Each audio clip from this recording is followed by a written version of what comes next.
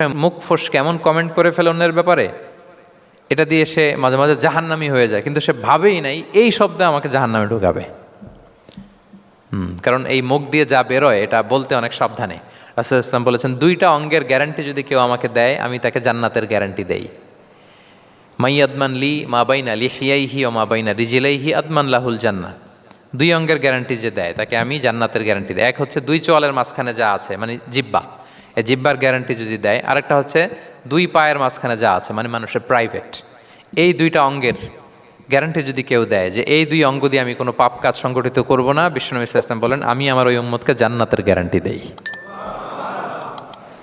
তাহলে তুচ্ছ তাচ্ছিল্য ঠাট্টা বিদ্রুপ করা যাবে না। 6 নম্বরে, ওয়ালা তালমিজু আনফুসাকুম, তোমরা অন্যের বদনাম করে বেরিও না।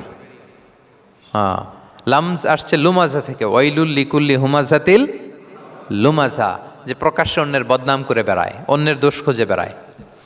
একদল লোক আছে দেখবেন শুধু অন্যের দোষ খোঁজে, নিজের দিকে আঙ্গুল যায় না। কিন্তু এইভাবে আরেকজনের দিকে আঙ্গুল দিলে যে 3টা আঙ্গুল নিজের দিকে যায়, এটা আবার ভুলে যায়।